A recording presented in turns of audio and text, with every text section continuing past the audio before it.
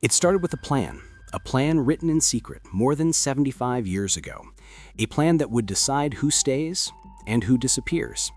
It was called Plan Dalet, or Plan D, and for the Palestinian people, it became the blueprint of Nakba, the catastrophe. The question is, was it really a defense plan or something far darker? In 1948, as Britain prepared to leave Palestine, tension was at its highest. Jewish militias, led by the Haganah, were planning how to take control once the British withdrew. That's when they created Plan Dalet. It was written in March 1948, officially described as a security plan. But when you read the details, it's clear it was much more. The plan listed hundreds of Palestinian towns and villages. It explained exactly how each should be taken, whether by surrounding, attacking, or forcing people out. The language was cold and technical, but behind every line were people, homes, and lives about to change forever. So what happened when this plan moved from paper to reality? In April 1948, Plan Dalet began. Zionist forces launched Operation Nakba, the first major offensive under the plan. Villages like Deir Yassin were attacked. In Deir Yassin, more than 100 civilians were killed, men, women, and children. The massacre spread fear across Palestine, and thousands began fleeing their homes in panic.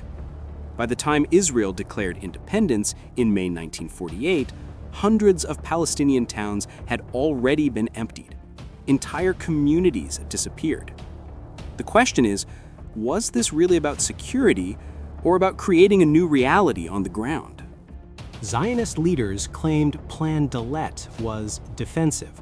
They said it was meant to protect Jewish areas from Arab attacks. But historians like Ilan Pape and Walid Khalidi say it was a blueprint for ethnic cleansing, a plan to remove Palestinians from their land and replace them with new settlers. The proof? Many of the targeted villages weren't fighting at all. They were simply cleared out, their homes destroyed or taken over. Inside the plan, there were orders to expel inhabitants, demolish villages, and plant mines among the ruins to make sure no one ever came back. And the result of this plan would change the Middle East forever. Between 1947 and 1949, over 750,000 Palestinians were forced from their homes. More than 500 villages were wiped off the map. Many fled with only what they could carry, believing they'd return in a few weeks, but they never did.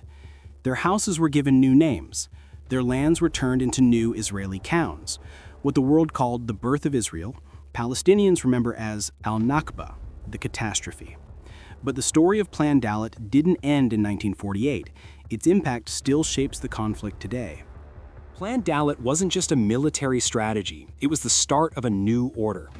It turned a population into refugees, and it began a conflict that still defines the Middle East. Today, when Palestinians speak of occupation, checkpoints, and exile, it all began with this plan. Even decades later, villages destroyed in 1948 are remembered by name. Lifta, Deir Yassin, Al-Tantora, Ikrit, Al-Duaima. Their names live on, even if the land beneath them was renamed and rebuilt, because no wall, no map, no government can erase a people's memory. Plan Dalet wasn't just a plan. It was a turning point that changed millions of lives. If you've made it this far, don't let this story fade. Learn it, share it, because history can be erased by silence or rewritten by truth. Don't forget Palestine.